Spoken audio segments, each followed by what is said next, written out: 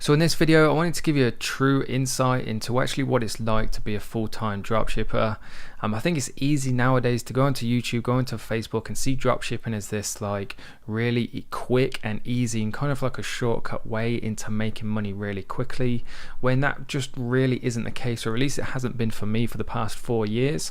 So I wanted to do this video to kind of paint a true picture of actually what it's like day to day living and breathing dropshipping, and basically just go through the good, the bad and the ugly really.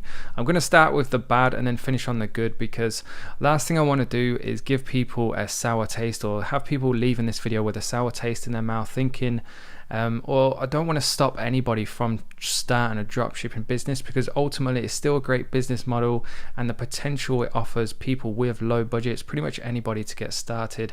It's still a really amazing dropshipping business model, and given all the heartache and stress and pressure I've been through over the past 4 years, if I had a time machine to go back and I had the option to do it all again, then I still would 10 times over. So by all means, I don't want to put people off. I just want to paint that true picture of what it's actually like, so people know what they're getting into, because when things are going good, they're going really good. But then the flip side of that is when things go bad, they go really bad too. And I mean proper bad. Like there's been times where I've been lying in bed between kind of like midnight and 4 a.m.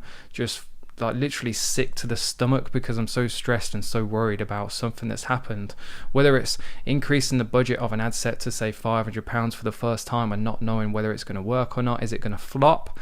If it is going to flop, then how am I going to pay myself this month? Then how am I going to pay my bills, etc.? I mean, that kind of comes down to money management, which is another video, but still it's something that you need to consider and keep in mind. So to get started with the bad then, it's not something you hear a lot of people talking about, but it's important that you hear this. And the first thing I want to cover is the reliability. So when it comes to running a dropshipping business, then not everything is within your control. So for example, then PayPal, even to this day, I think it's I can't remember, I think it's about 70% of my orders still come through PayPal. Being a third-party company, if for whatever reason they choose to shut me down, then essentially I could lose up to 70% of all my orders. In fact, I'll put a screenshot up somewhere so you can just see. So that's something you have to keep in mind, is that not everything is within your control. The same thing with Facebook ads as well. If they turn around tomorrow and say, hey, we're banning your ad account, then essentially that'll be pretty much 80% of my revenue just gone. The other 20% coming from other things like Google ads, and just organic traffic basically.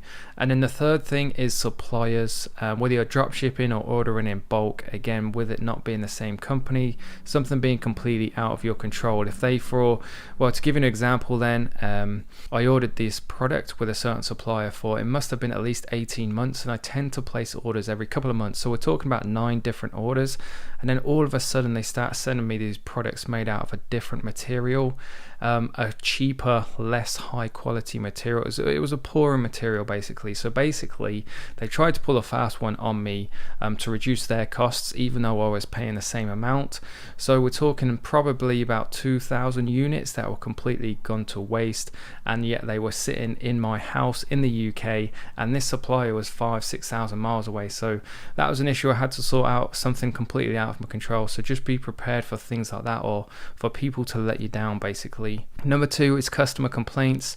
When you get to the point where you're doing 100-200 orders per day, then you're probably going to be looking at half a dozen to a dozen complaints every single day from customers, chasing their orders, saying they want refunds. I've had it many times, people threatening to take me to trading standards because they think I'm ripping them off, when that just isn't the case. And when you're dealing with that level of criticism on a daily basis, it can be really difficult to keep going, and it can make you doubt the business, it can make you doubt yourself. And I would be lying if I said that I'd never considered giving up dropshipping for that reason. So again, just keep that in mind. You do have to have quite thick skin if you're going to be running a dropshipping business that does any kind of sort of decent volume. The next is the profit margins. The profit margins aren't great. Anybody who says they are is lying. The reason being is because when you're buying 1 unit of something at a time versus 2,000 units of something at a time, then there's going to be a huge cost saving there. So dropshipping in itself, the profit margins aren't great, or at least they're not for me. There may be people out there that'll be able to make 40-50% dropshipping, but I would highly doubt it, to be honest. Unless you're bulk ordering something in bulk, then you're not going to be making that profit. To give you an example then of like the cost saving, there's a few products that I import in bulk, but to give you an example then, this one product that I used to dropship cost about £5 per unit to dropship, so that's delivered to the customer, and importing in bulk is costing me 70p, so that's an extra £4.30 just off the cost of the product. So that kind of illustrates, that was for 1200 units as well, so that just kind of illustrates how much of a cost saving there is to be had. The final point I want to finish the bad reasons on is the fact that it's lonely. Being an online business, you could run your business from, you could sit on the toilet for 24 hours a day and it wouldn't impact how you run your business at all, because it can purely be done from a computer. So you don't need to talk to anyone, you don't need to mix with anyone. And one of the things that I found difficult was when I quit my job, then in terms of mixing with people, it almost went down to zero, because I was so focused on my business working from home. If I didn't go to the gym, then there would literally be weeks on end in which I just didn't leave the house because I didn't need to. You can get food delivered, but I used to leave the house for the gym and I'll be mixing with people that way. But another thing that happened as well is when I went dropshipping full time, I lost a lot of friends because people, I guess it's kind of pessimistic to say, but some people don't want you to do well. So when you do start doing well, they kind of they stop talking to you, or they treat you in a different way. So that happened to me. Another thing to consider as well is that I'm still to this day, I don't think I've met anyone in fact that truly knows what dropshipping is or knows how the business model works. So when it comes to looking for somebody to ask advice from or to get feedback from, it's really difficult to do because nobody understands the business model that way. They can't really give a proper opinion or proper advice, because you need to understand the business model before you can give somebody advice. Like, you wouldn't give somebody advice on the gym if you'd never been in the gym before, if you've never been on a treadmill before, if you've never lifted weights before. It just doesn't work like that. So for that reason, then it can be quite a lonely business to run. With that being said then, like I said, I don't want to paint too bad a picture on dropshipping. There are many good points. The number one thing being the freedom. In my eyes, this is probably one of the most beneficial things about it, is the freedom that it offers you is just second to none. Like I said, you can sit on the toilet all day long if you want and run your dropshipping business. I'm sure you won't end up doing that, but if you really wanted to, you could. You could be anywhere in the world. You could be in any room in your house. You could use any computer. You can wake up at 3 in the morning, 10 in the morning, 2 o'clock. There's been times when I've woken up and it's been dark because I just haven't needed to get out of bed, or I've been up the day before, or any social events I ever want to go to, I can do those. I don't have to book time off work. I can go on holiday whenever I want. But one of the biggest things, if I had to say something, was the fact that I don't, as stupid as it sounds, when I used to work a 9 to 5, living in Northampton, it's quite a kind of industrial town. Pretty much everybody had a 9 to 5, so traffic was absolutely horrendous, and that is the number one thing that I love, the fact that I don't have to ever sit on traffic. I can pick and choose when I travel, and I tend to kind of go out in and between rush hour times. So the main thing, or the best thing for dropshipping for me then, is the freedom that it offers. You can do anything you want whenever you want, because you can always run your business no matter where you are. As long as you've got a computer and an internet connection, it doesn't matter. Number 2 then is the scalability. Dropshipping, because there's no kind of financial commitment up front, there's no kind of limitations into how many products you can sell unless your supplier runs out of stock. But even then, you can just find another supplier and carry on as you are. So you can scale things really quickly. I've done loads and loads of videos on it in the past, so I won't bore you now, but in the first 4 months I was making something like triple what I was working a 9 to 5. It just went crazy well in the first few months because I could scale it that quickly. With most businesses, it might take them 2-3 years to get to the point where they're bringing in decent money for multiple different reasons, whereas with dropshipping there is kind of like no limitations. You can really just, when something's going right, you can just double down on it, and the only limiting factor for you is going to be pretty much how kind of resilient to risk you are, because obviously the more you spend on marketing, if it's not profitable, then can you afford to lose that money? So in terms of scalability, it's really good. The third point, it's not really a true point, but I wanted to put this in here because this is based on my opinion at the end of the day.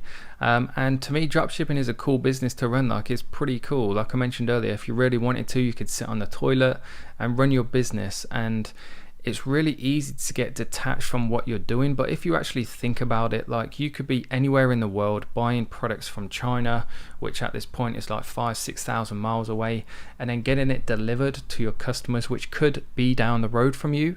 So anybody who follows me on Instagram, you'll know that I've moved into the Lincolnshire area, and probably once every fortnight I drive past a place called RAF Scampton, and I've sold maybe half a dozen different products into RAF Scampton. And driving past there, it's kind of, I know it's stupid to say, but it's weird that that place exists and there's actually people in there who have bought products off of me, because it is quite easy to get detached from essentially what you're doing. But if you ask me, I think it's pretty cool that you can work from a laptop, buy things from thousands of miles away, and then get it delivered to somebody next door to you, and yet they're none to the wiser. The next as well is the testing speed. This is a really good part about dropshipping.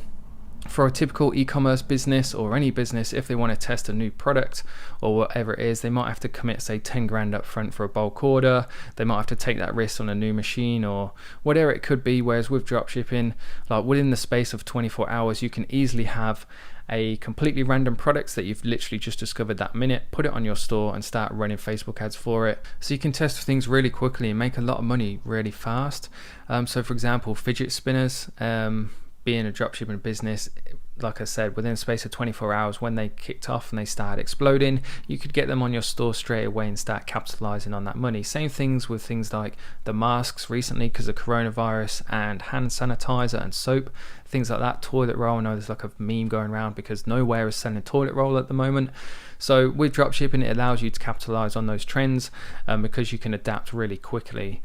The next thing as well is obviously low budget to start. So with a dropshipping business, to kind of give it a proper go, I'd say £300-400, maybe a bit more depending on how aggressive you are or how fast you want to do things.